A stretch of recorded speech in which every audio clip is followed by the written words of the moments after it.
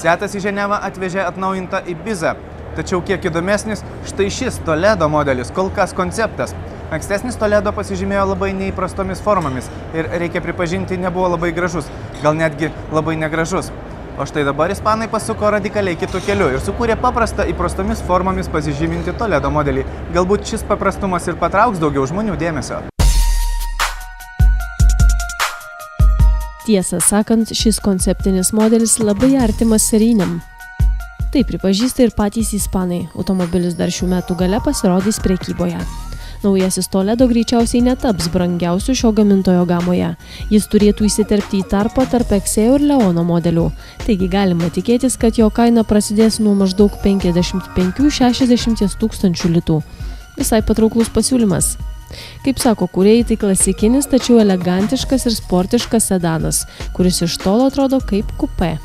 Pirmoji Toledo karta pasirodė 1991 metais ir nuo to laiko Seat pardavė 860 tūkstančių kelių kartų Toledo modelių.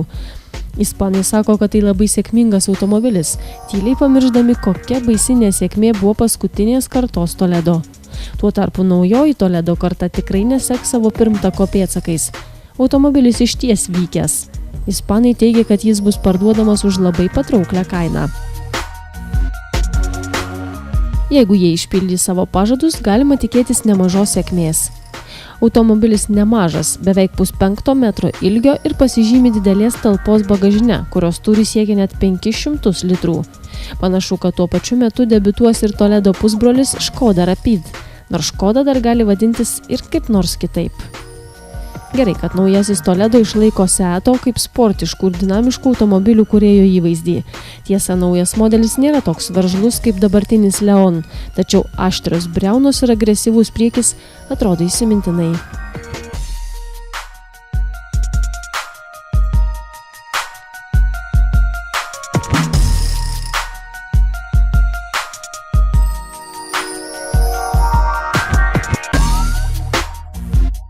Kiek anksčiau prekyboje pasirodys kita Seat stendo naujiena – atsinaujinusi Ibiza.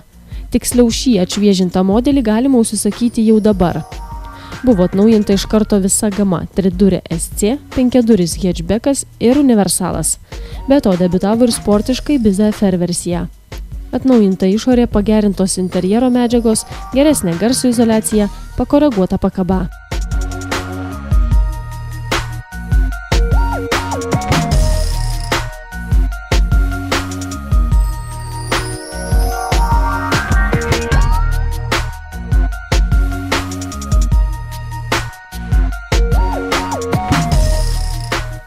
Prabangesnės versijos gaus priekyje LED dienos šviesos žibintus, su kuriais Ibiza atrodo labai jau solidžiai. Šis modelis kol kas pats svarbiausias Seat kompanijai.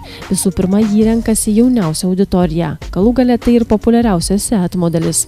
Pastarosios kartos Ibizų po pasaulį važinėja daugiau kaip 500 000.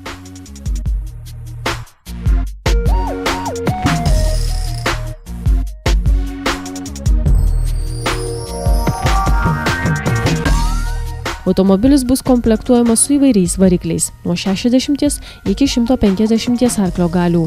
Ekonomiškiausias 1,2 litro dyzelis vidutiniškai vartoja vos 3,4 litro dyzelino.